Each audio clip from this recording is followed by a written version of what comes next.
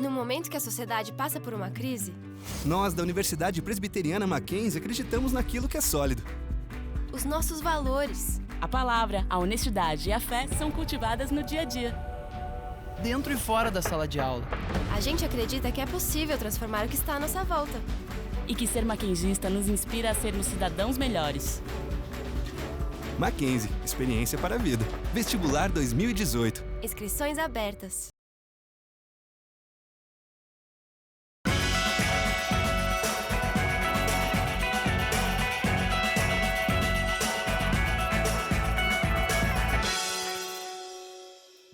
Olá! Hoje vamos exibir a 4ª reportagem da série especial que a TV Mackenzie produziu sobre a Reforma Protestante e os seus impactos para a história da humanidade. Na edição de hoje, vamos abordar a repercussão deste movimento na política, no direito e na ética. Olha só!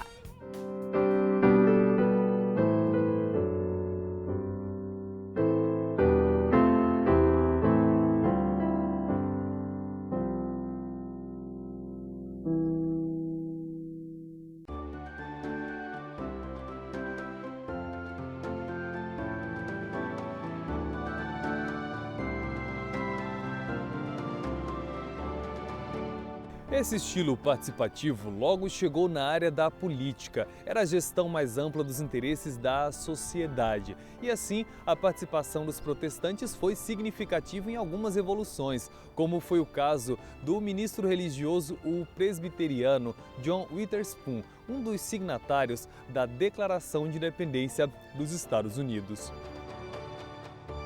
Na Reforma Protestante, debaixo de princípios, você passava a criar uma visão de pactuação política.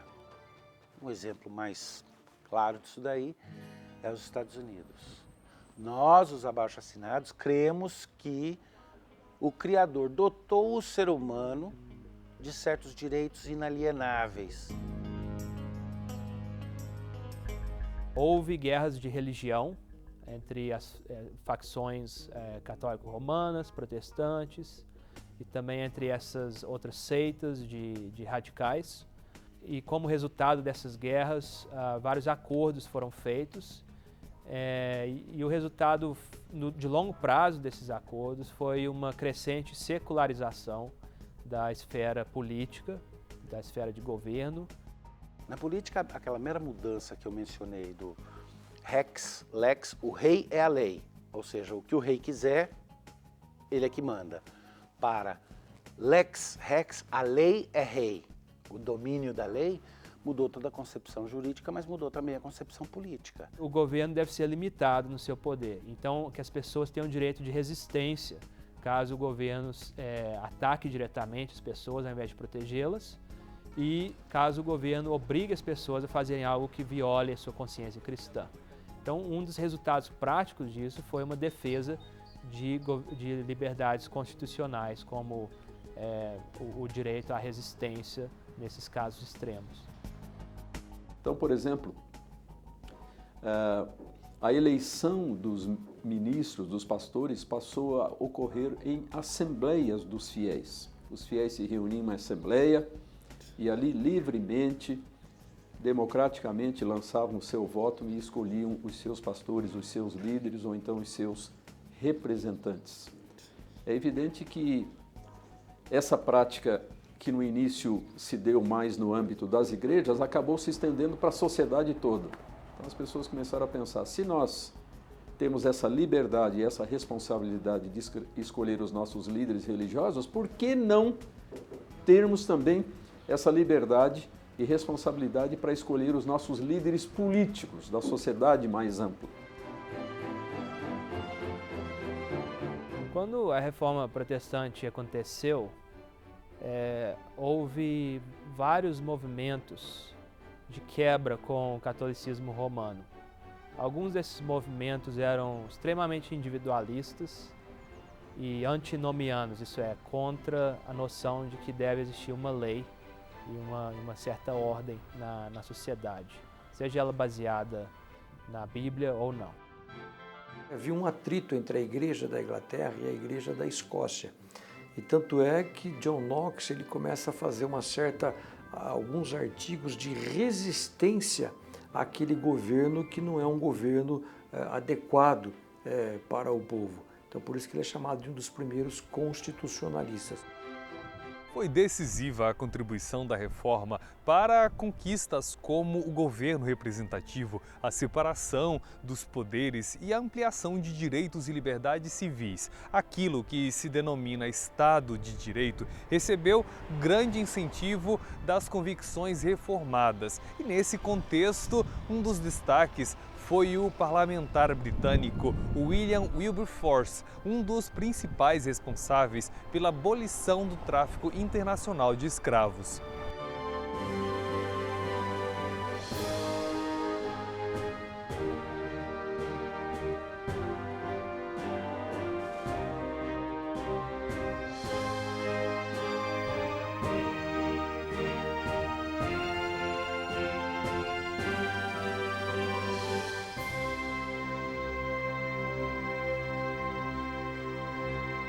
E por isso houve uma reação dos principais grupos da reforma contra esses movimentos, defendendo uma noção de ordem, de leis, de respeito à autoridade, até que essa autoridade quebre certos limites.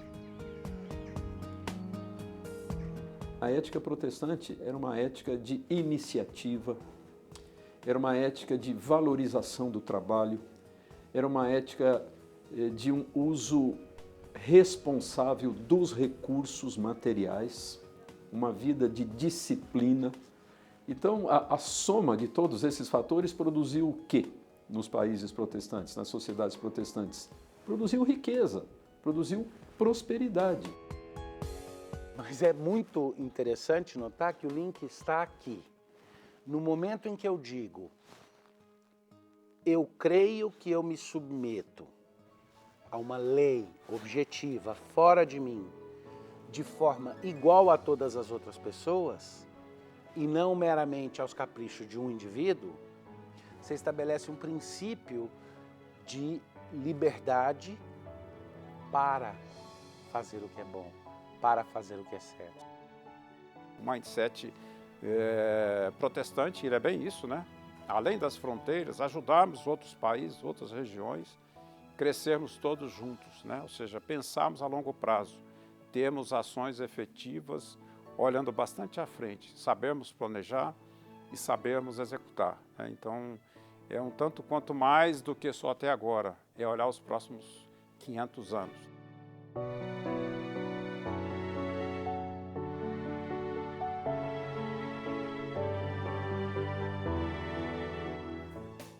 Viu só? E você não pode perder o Mackenzie Movimento na semana que vem. Conheça os impactos da reforma protestante na arquitetura e na arte.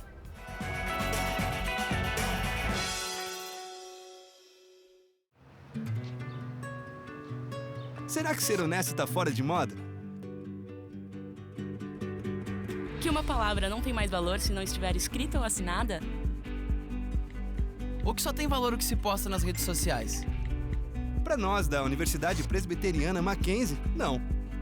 No momento que a sociedade passa por uma crise, a gente continua acreditando naquilo que é sólido, os nossos valores. Aqui, a palavra, a honestidade e a fé são cultivadas no dia a dia. E esses valores fundamentais são ensinados não só em sala de aula, mas também fora dela. A gente acredita que é possível transformar o que está à nossa volta. Todos os dias. E que ser mackenzista nos inspira a sermos cidadãos melhores. Escolha uma universidade com valores que tenham a ver com você. Mackenzie, experiência para a vida. Vestibular 2018. Inscrições abertas. Imagine quanto conhecimento a humanidade já acumulou. São séculos e séculos de descobertas que foram revolucionando o mundo. Esse conhecimento não se transmitiu sozinho. Foi necessário ter professores. São eles que ensinam gerações após gerações, que transformam a vida e abrem o mundo do saber a novos alunos. Para você ser um professor, é preciso fazer um curso de licenciatura, uma formação superior que vai te capacitar para ser professor de alguma área do conhecimento. E aqui no Mackenzie você encontra várias opções. Além de aprofundar seus conhecimentos em alguma área, você vai aprender fundamentos de educação, didática, entre outras disciplinas. E prepare-se, o mundo sempre vai precisar de bons professores como você. Mackenzie, há 140 anos, formando gente que vai mudar o mundo.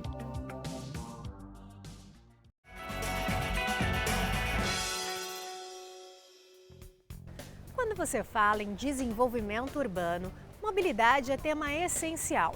E aqui em São Paulo existe uma pesquisa que registra o deslocamento na capital paulista e que é muito importante para os arquitetos e urbanistas. É o que você confere nessa próxima matéria. Entender os desafios de mobilidade dentro de um município é essencial para desenvolver soluções que melhorem o deslocamento. E é por isso que há 50 anos, o metrô de São Paulo realiza uma pesquisa domiciliar com quem enfrenta os problemas de mobilidade no dia a dia, o cidadão.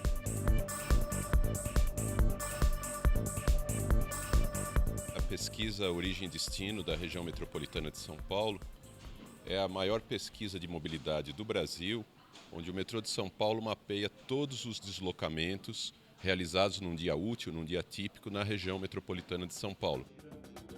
O assunto foi pauta no encontro realizado pela Faculdade de Arquitetura e Urbanismo da Universidade Presbiteriana Mackenzie. A pesquisa Origem e Destino, ela é uma pesquisa extremamente importante para os alunos de arquitetura e urbanismo entenderem os problemas de mobilidade da região metropolitana de São Paulo. E o tema não é de interesse só da Faculdade de Arquitetura e Urbanismo, é um tema de interesse para quem mexe com o espaço urbano, para quem mexe com questões socioeconômicas, para quem trabalha a cidade de um modo geral. Nós preparamos pessoas para os problemas concretos que a sociedade enfrenta, e mobilidade é uma das questões mais cruciais da sociedade contemporânea. E envolve tempo gasto com as pessoas para ir e vir, segurança. E aqui a universidade, o curso de arquitetura e urbanismo, acho que tem muito interesse, porque faz parte do seu mistério trabalhar discutir problemas concretos e encontrar soluções para melhorar a vida das pessoas.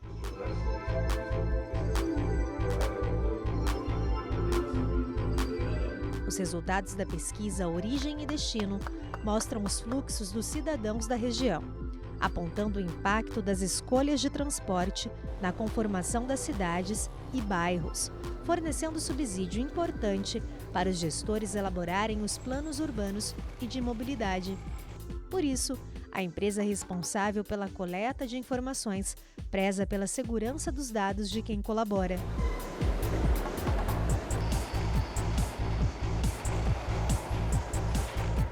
O domicílio só é entrevistado se ele antes receber uma carta do presidente do metrô com todas as medidas de segurança. Nessa carta também tem uma contrassenha, então o pesquisador, ao bater a porta, antes de deixar ele entrar, tem que fazer com que ele diga qual é a senha e conferir na carta se está correto. Se ficar em dúvida, pode ligar no mesmo momento para a central exclusiva, perguntar qual é o nome do pesquisador, qual é o RG dele, exigir os documentos, para ter certeza que aquela pessoa que está se apresentando à porta é realmente um pesquisador. Ao responder à pesquisa, o cidadão ajuda não só a identificar os problemas de mobilidade.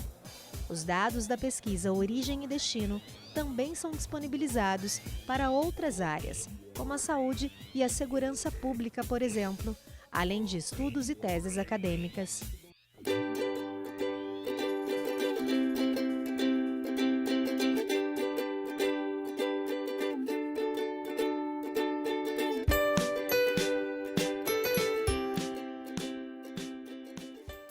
Mackenzie Movimentos está chegando ao fim, mas antes eu tenho uma dica para você.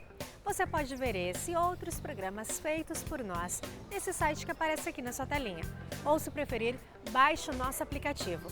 É leve, rápido e gratuito. Lá são 24 horas de programação no ar, com músicas, carreiras, debate e muito mais. Está disponível para Android e iOS. E você ainda pode dar aquela passadinha na nossa página no Facebook. Eu te vejo em breve. Até mais!